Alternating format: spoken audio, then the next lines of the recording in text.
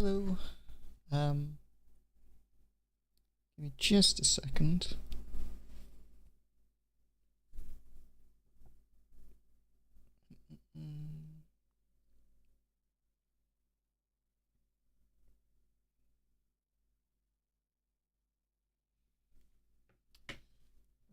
Actually, I don't know why I'm doing that. I should just do that. Right. So yeah, I didn't stream yesterday, and I think I put a message up. This was because largely it was because I had a lot going on, and I just decided, you know what, I'm going to just take today off. It was largely going into work at the moment, so going into work takes me about an hour and a bit, and then come back takes me about an hour and a bit. So yeah, I just decided, you know what, I'm going to not stream today. The reason I streamed today was because I didn't go in like directly into work. I instead did my work at home, but I think tomorrow I'm going to be doing work over there. I don't think I'm going to take that day off though, because I don't want to. I also, just in general, I've been working on a lot of things in the background, but know that here we do have a bit of writing on what we want to do. I think we did this on a stream of these different thumbnail ideas and whatnot, and the different titles. So Riff to Rhythm is kind of the general idea. I actually just realized I generated this with AI, as you can obviously tell, but it did the text in English. He actually wrote English, which is incredible. That was, I don't know, for any context, in the past, it wouldn't write in any language. It would just write in gibberish. It would just look at these like symbols and make up its own symbols. And it's cool looking, but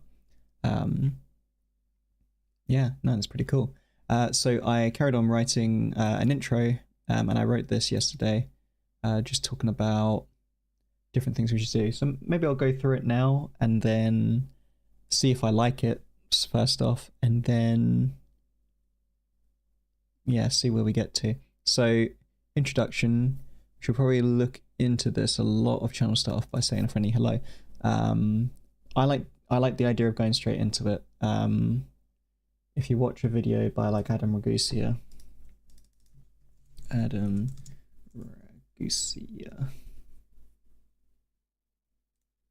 So Brejol, just watch this intro. Okay, it's very simple. So Brejol, translated literally, just means chop, as in like pork chop, but in southern Italy it's usually a stuffed meat roll, and here in the US, where the southern Italian foodways historically dominate, it's usually a braised beef roll, and usually small. Everybody gets a whole one. I grew up with these, I love them, but I hate wrapping and unwrapping each tiny roll in butcher's twine. I'm gonna show you an easier way. Damn near any cut of... So just with that introduction alone, you didn't get this petty hello or whatever. You kind of get a bit of a description of what the food is. I never even had this before, but apparently he doesn't like the fact that you wrap it in string, and I don't know, maybe that's a common occurrence where like people wrap it in string and people don't really enjoy that experience. So he's gone, now I'll give you an easier way. So it's a cool way to kind of pull you in, right? I'll try and find another example. Orange chicken, right? I tried to get as close as possible to mall food court level orange chicken at home in one pan with no deep frying. Deep frying, I think, is generally impractical at home unless you do it a lot. Holy crap, this is good, y'all, and it was really quick, too. You don't have to do broccoli with it. Sorry, I saw a van behind me. A lot of broccoli because usually... So,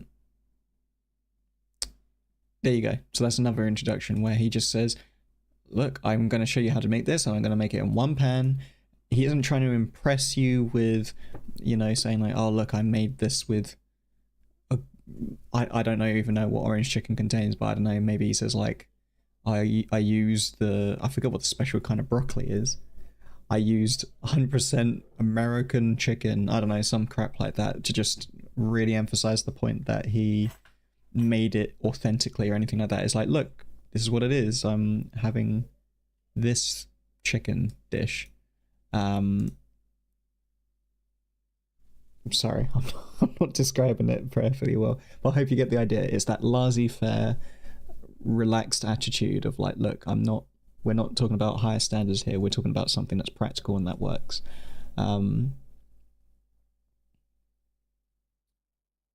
So this is how I start it. When it comes to creating a song, good or bad, I generally find it starts with a good riff. Creating a riff is simple. I'll go into a little bit of other stuff in a bit, but creating a riff is simple. You strum the guitar in random configurations using a mixture of all the triads, open chord scales, and theory that you've gathered from your favorite songs. The secret is to do it without judgment, and I find that it can be quite a vulnerable experience, as you have no clue what random things you'll come up with. The writing's a bit disjointed, I'll admit that, but the point is that I'll basically be saying, look, if you want to start making a good song, it starts off with making a good riff, and I think that if you use a random combination of triads and chords that you've learnt from all your favorite songs from Radiohead or Nirvana or whoever, and you just put that into a new random order that's your own and unique, you've created a riff. The secret, though, to doing so is without judgment. Because if you do it with judgment, then you're just going to hinder yourself, and you're better off making yourself look like a fool than to not make anything at all.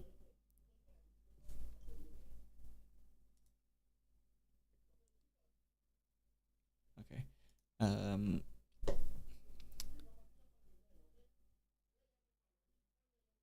Jesus, sorry. Neighbor is being a bit loud.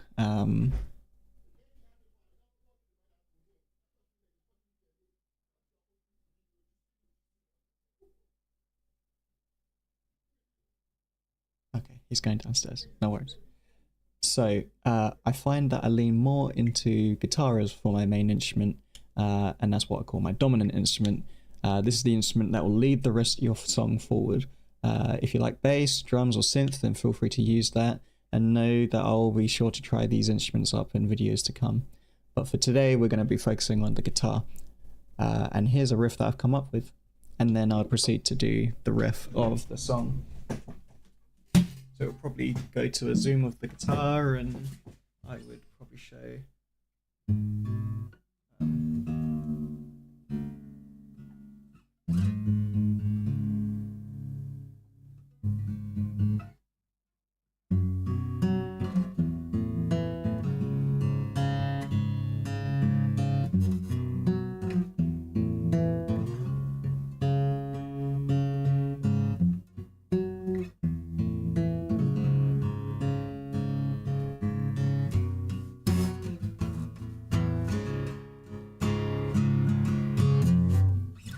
Something like that. I don't know why I did that bit at the end. And then I would mention, so I'd do that riff, and then I'd say that was in drop D. I've put the capo on the 5th fret, and I'll probably say, so it sounds like this.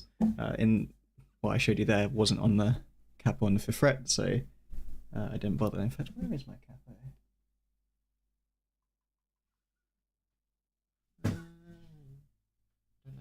Put it on the floor or like some degenerate, I don't know. Oh. Nope, it's on my table.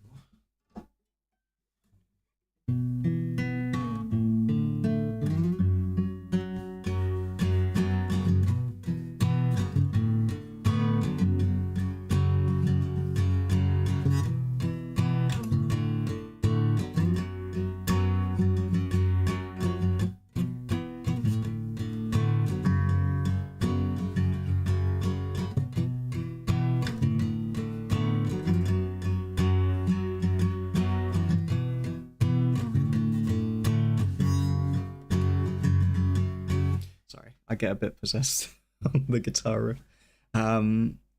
So then we go to the song overview. So that was made in drop D, capo on the 5th fret. Just some simple triads that slides up onto 6th fret, right? 1, 2, 3, 4, 5. Oh no, the 5th fret. It slides up to. I actually don't know what note that is.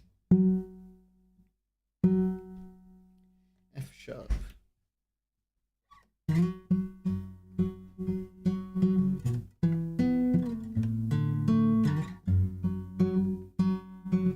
that actually true?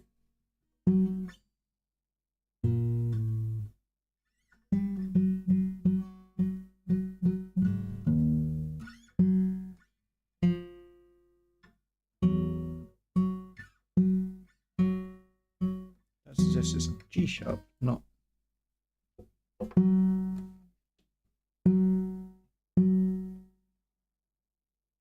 Is it saying it's F sharp? Is that F sharp? Am I? Oh, of course. Okay. So this is F sharp because I've got it dropped down, tuned down a half fret. I'm sorry, my brain is blanking.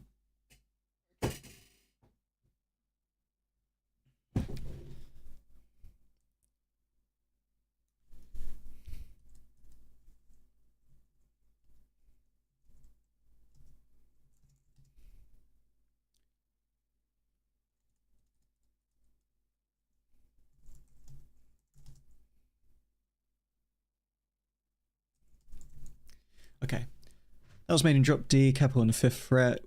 Just some simple triads with a slide up to the F sharp and every other. I was going to say cycle, but every other beat. Not every other beat. Every other stanza.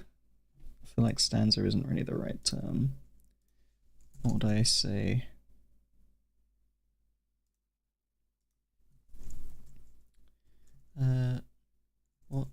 What is a cycle of a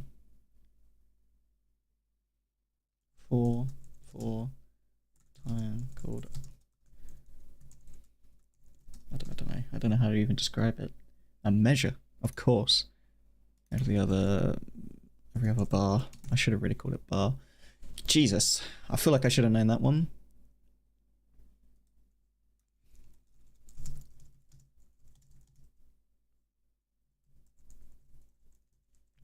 Okay. That was made in drop D, capital on the 5th fret with some simple triads, and that slide up to the F sharp every other bar, which I find pretty satisfying. By the way, that riff will be carrying the whole song, which might become boring, so we'll need to rely on the build-up of other instruments like the bass and the drums as we go along the song, as well as singing the melody in various tones. Speaking of that, now we need to start singing the melodies over the top. I will say that I actually wrote this song a while back, so I will be retroactively describing what I normally do. First off, we will want to hum the in vowels. Why? Because all words can be broken down into vowel sounds while singing. Okay, so then it'll be a side by side.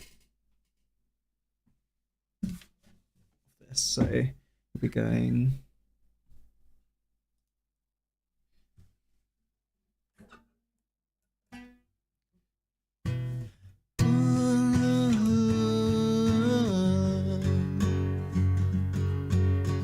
I grow them in my bedroom.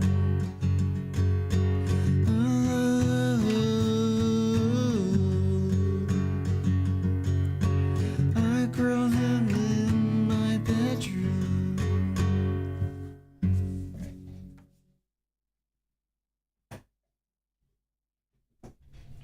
So it'll be side by side of that. By singing in vowels, you can focus on the melody instead of focusing on the lyrics. By the way, if it was obvious, we are going to do... No.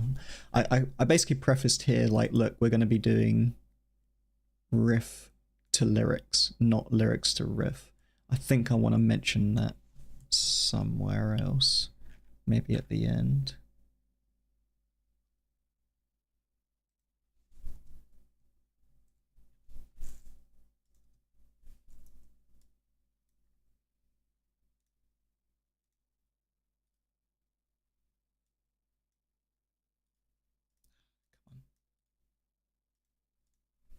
So, first let's keep it simple by adding a butt ton of complicated notes.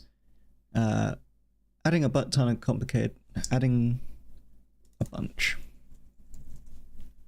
Adding a bunch of complicated notes can be fun, but it would distance from the... okay, so let's see. Let's reread this. So, by singing in vowels, you can focus on the melody instead of focusing on the lyrics. With that, you can make a ton of different melodies by making them... Sorry. So, you can focus on the melody instead of focusing on the lyrics. With that, you can make a ton of different melodies, but Jesus, I'm really bad at writing. I did write this basically in between breaks at work, so that might be why. With that, you can make a ton of different melodies. However, making them might seem a bit daunting, so I'll give you some general guidelines. First off, keep it simple. Adding complicated notes can be fun, but it will distance from the conventions that we're used to in more popular music.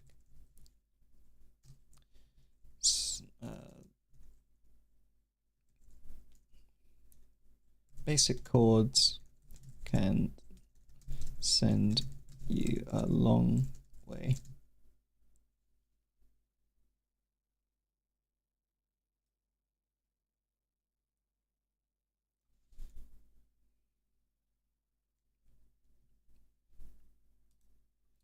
Basic chords can send you a long way.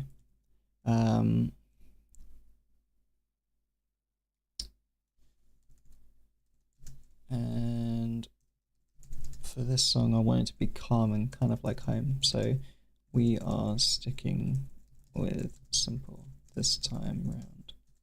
I pretty much always stick with simple anyway, but here are different melodies that I have made. Here's 5 different melodies that I've made using the voice, and then we'd list them. I'm just going to see where I actually can go with that. So obviously the one that I've got is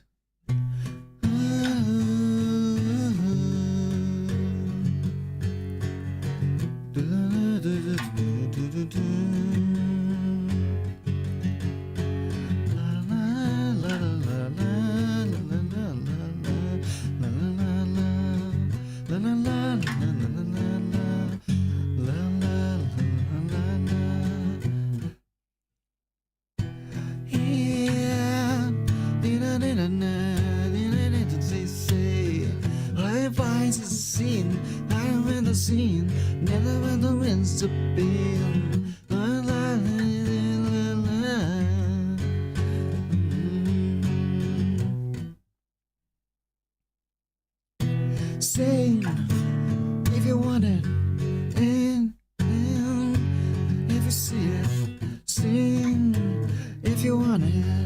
I don't find you see it, if you sing, it'll make the singer sing. Yeah, okay, you get the idea. Instead of doing it like that though, well, those are different ways that you can do melodies, so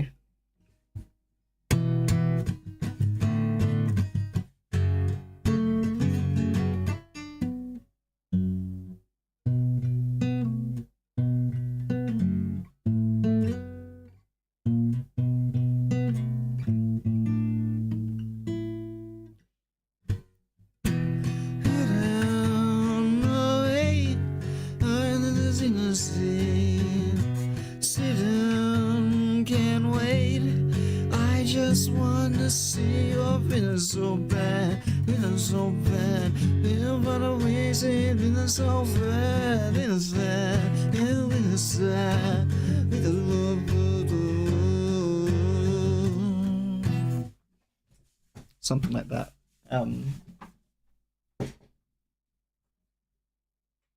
A large part of it is experimentation, so that's the kind of mindset that I want to put out there, is like, okay, try and make different melodies and try to challenge your conventions of what you're expecting at the time. I've already thing is, it's a bit awkward to now do it post-mortem because you're post-mortem. Is that the phrase I want to be using?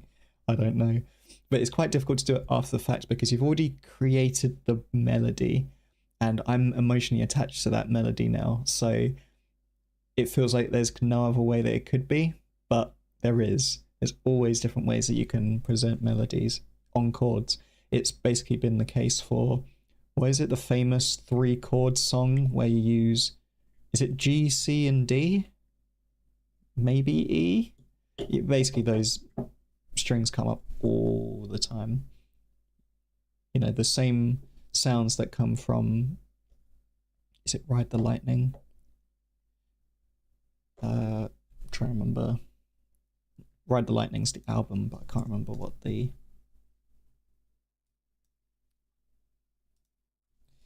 Ride the Lightning.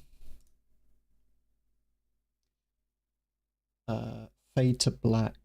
So same things used for Fade to Black I also used in Karma Police, right? That's just one of the songs that I remember when I first discovered that these things are always interlinked. It's the fact that they all use, well, in that case, they used A minor, C, D, G. They all use the same thing. Anyway, how this comes about. So moving on. So you have all the melodies that get created, and it says, okay, how this comes about. This is going. How this come about is going to sound odd.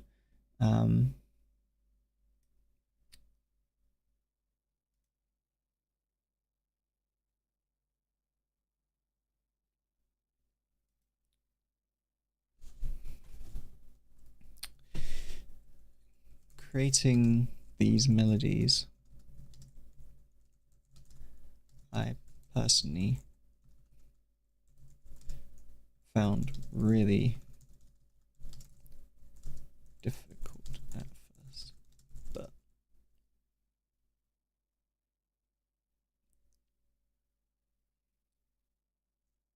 you've really got to practice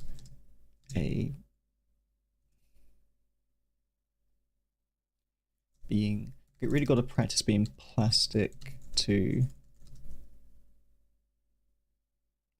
the idea, being plastic and I was going to say thoughtful or considerate, and considerate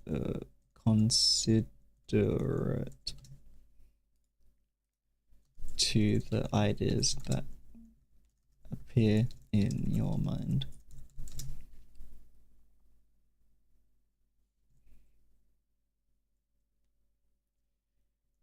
Really allow yourself to create sounds that are disturbing or gentle. Sometimes it takes going to the worst idea before you arrive at the best idea.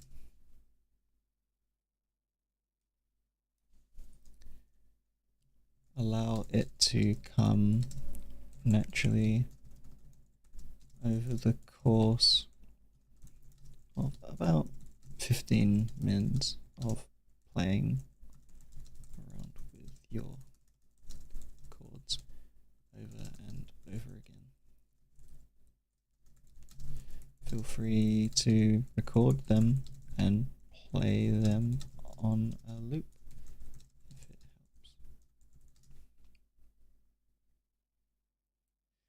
helps. And then I'd say generally I don't just create a list of them. I bounce around between different ideas until I hone on a melody that sounds right for me and feels satisfying. And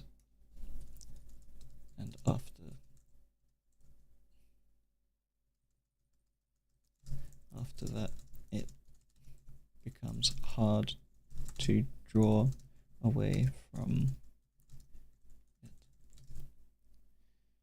I find if it also sticks in my head even after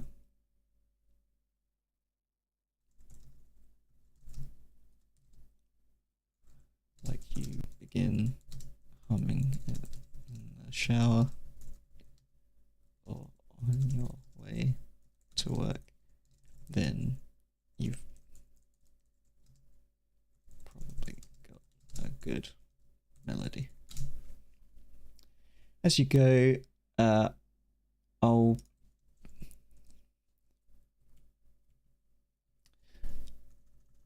after I begin to mold words that I think might work,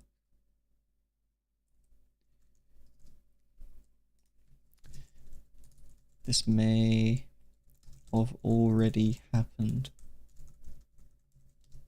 during your melody process, where as you say vowels, you just throw in a word. Greenery.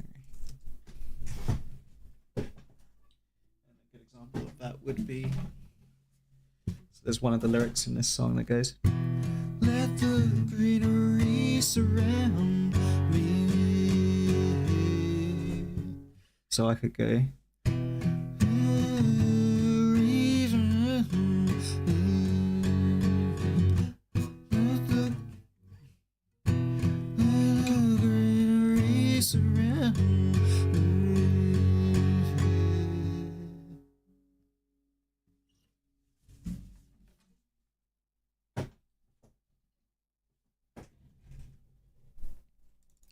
I'm going to use the me.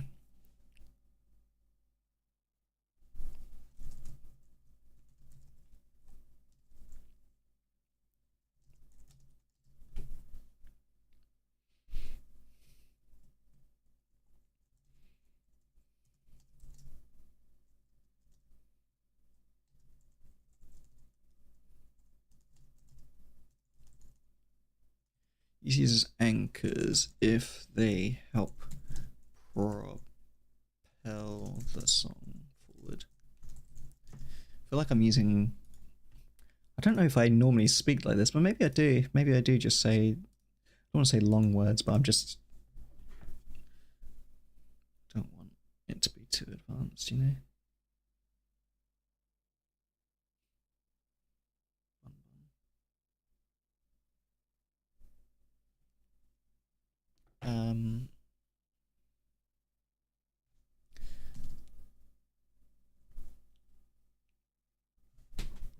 So afterwards I begin to mold the words that might work.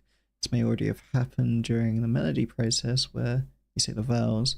You might throw in words like me, or hate, or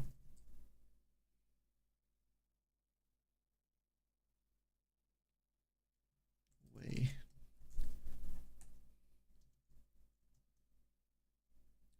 Use these as anchors to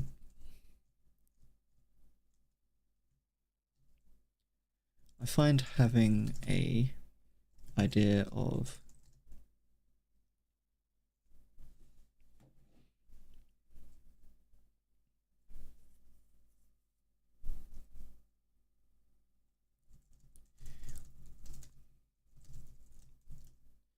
that having an idea of what you want to write about can help, but you might also benefit from simply making a line and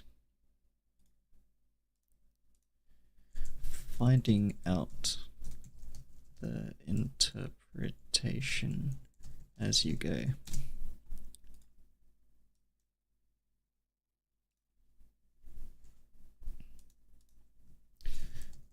For example, the first lines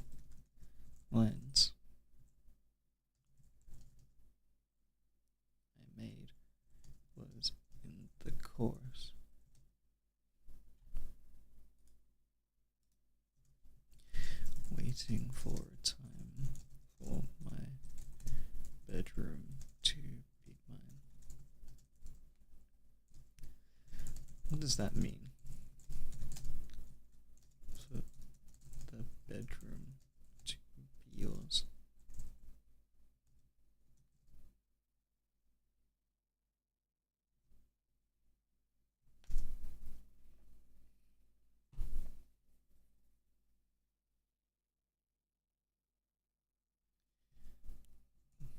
Why isn't it yours?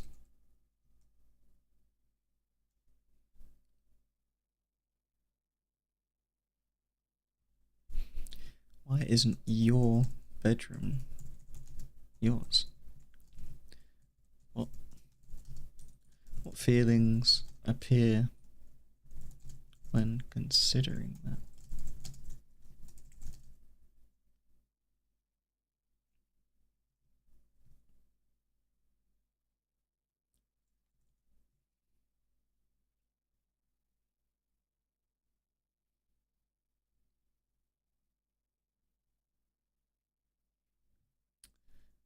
I found that my bedroom was mine when I started adding my plants. It felt more at home, and that is what drove the verses.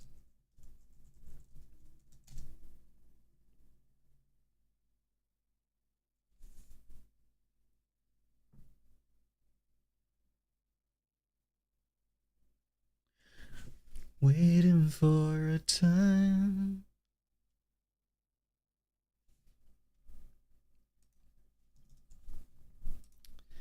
I think this may have spawned from moments when living in a house share really makes the home feel less like a home. When you mix that with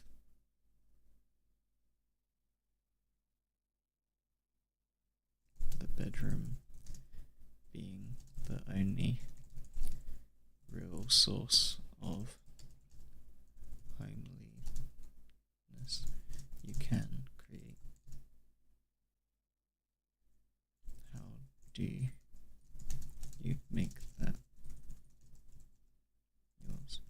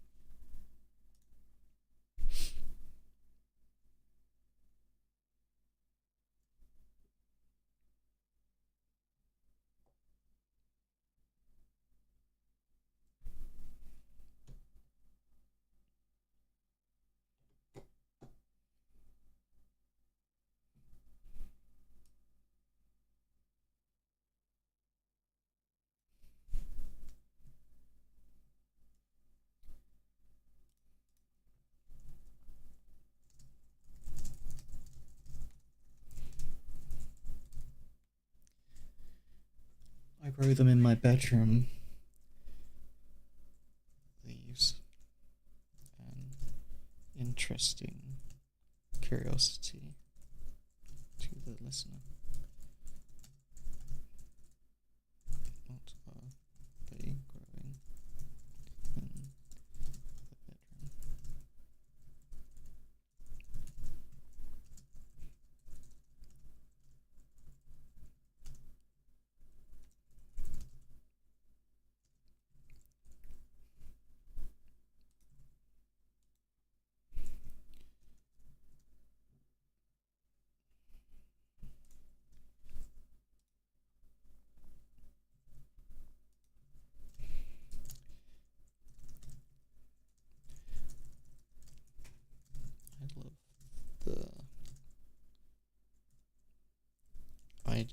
of colors.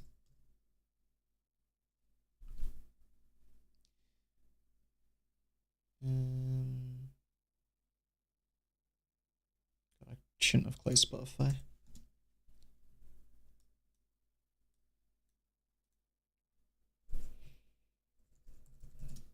It's a really good Nirvana song that will help me here, I hope.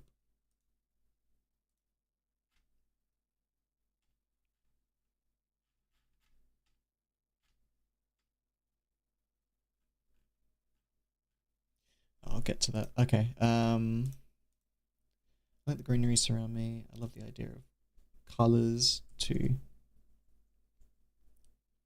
better visualize the scene.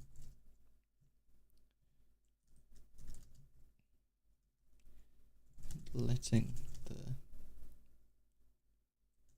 it surround me has a sense of vulnerability.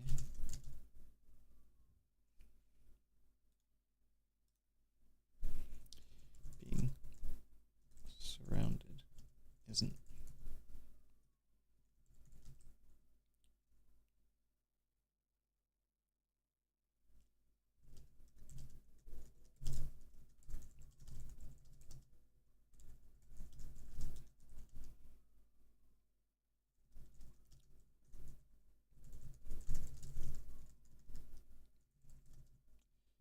Don't know how long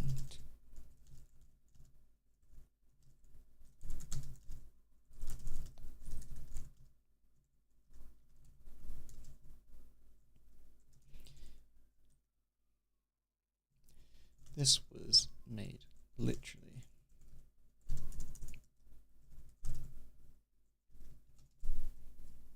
I don't know if I want to describe every single lyric or not, but I'm going to describe it all, and then we'll see where we go with it.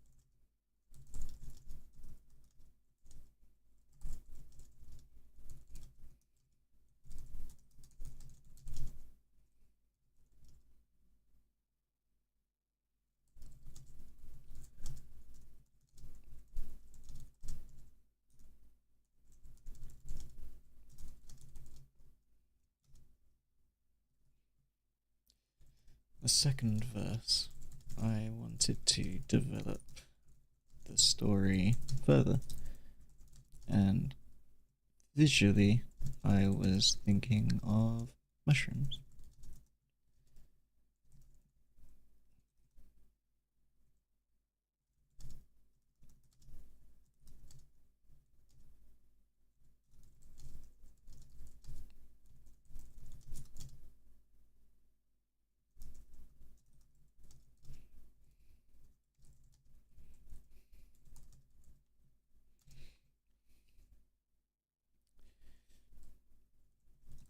There's a sense that the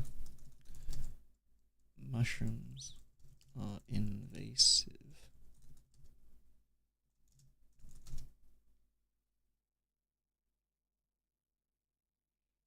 I left the leaves.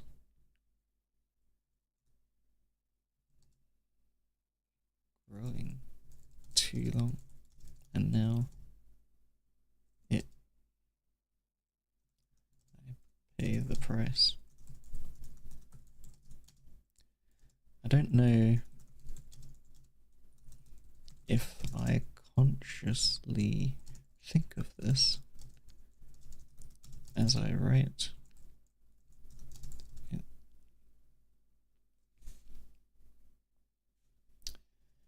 feel the words come in and I interpret the meaning for me as I go.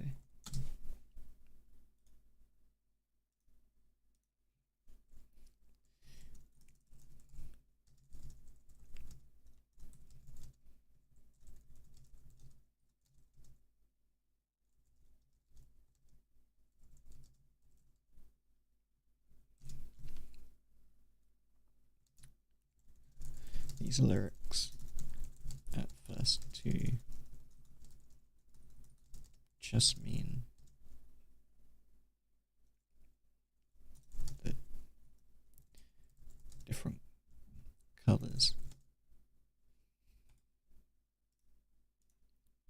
just the same way as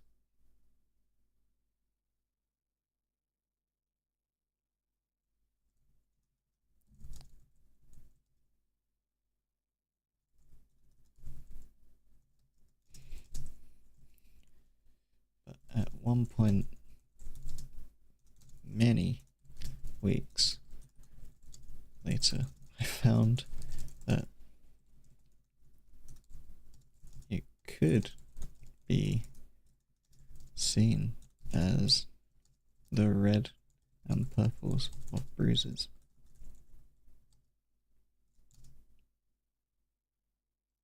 Living in the skin.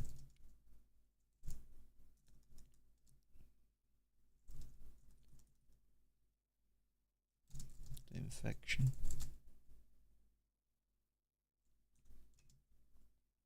And beginning the cycle again, not too sure.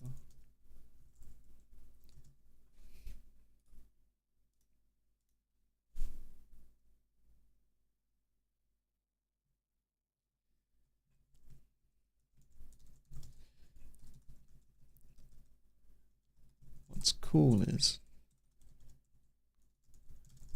it brings a new meaning of one day it will feel like mine, and I purposefully, after the fact, made the part where that line repeats change to one day they will feel like mine too soon.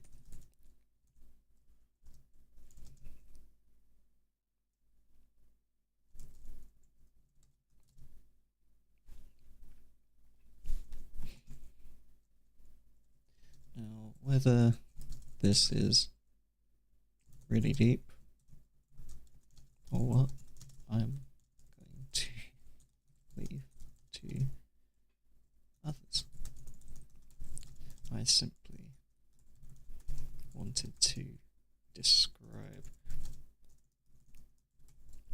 how I come about putting lyrics together. Generally, I write this for the course of repeated picking up the guitar and playing the song when I go out and hum it in my head, and a bit more actively if I'm on my own in a cafe or bar.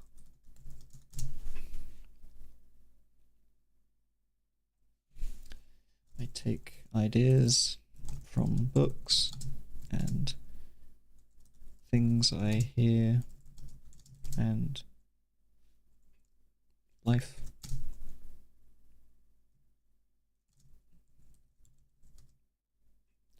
You note down anything you think of, as you may come back to find it's a great lyric or something else.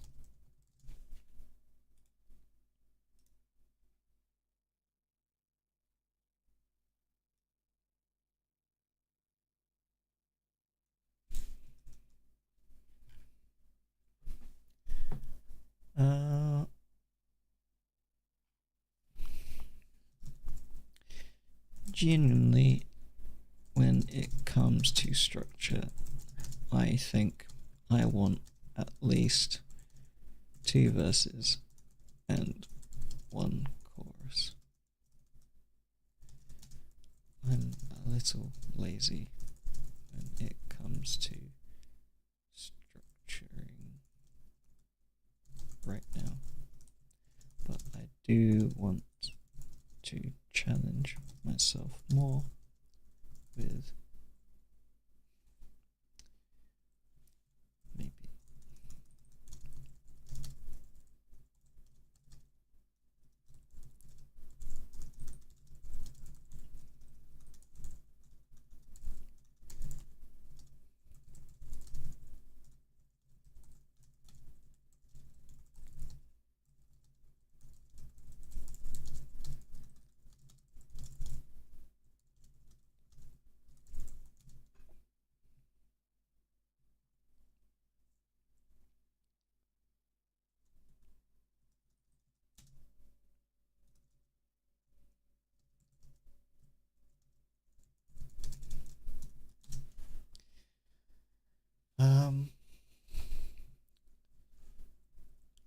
kind of missed these headings really, but that's fine. And that.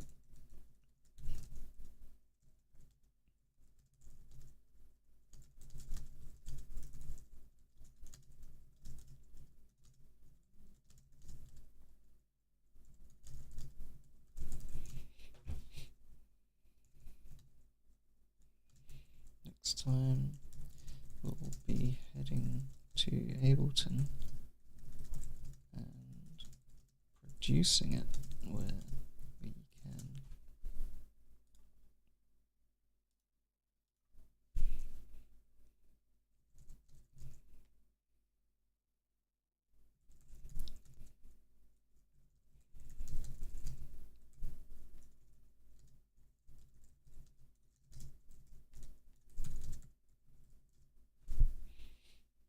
okay.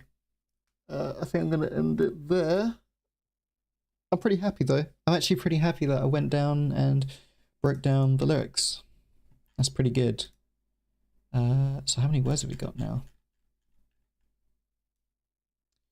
Got 1,800 words. So that's about a 10-minute video. That's about a 10-minute video. Now, chances are, I did aim for 4,000 words. I don't think that's going to happen now. I just don't think I can draw this out to that many words. But what I am going to do is I'll probably stick this through ChatGPT and see what they think. Generally, I would send it to some other people, but since there's not any other people right now, I'm going to send it to ChatGPT, see what they think. And then we'll see what bullet points we can create for ourselves, and then after that we can go from there. Right, I'm going to come off now, so yeah, speak soon. I got D&D in 20 minutes, so wish me luck on that. Got some prep to do, last minute prep, but yeah,